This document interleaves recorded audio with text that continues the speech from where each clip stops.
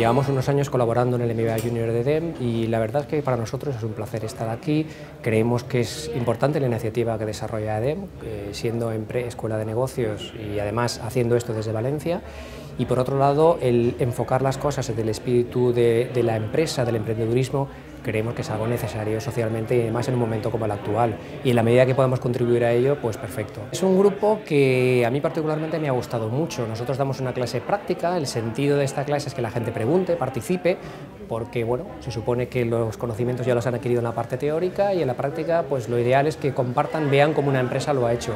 Y la gente está preguntando mucho, está participando mucho y yo espero que les sea útil y realmente eso es lo que pretendemos, contar una experiencia y que la gente pues participe en ello.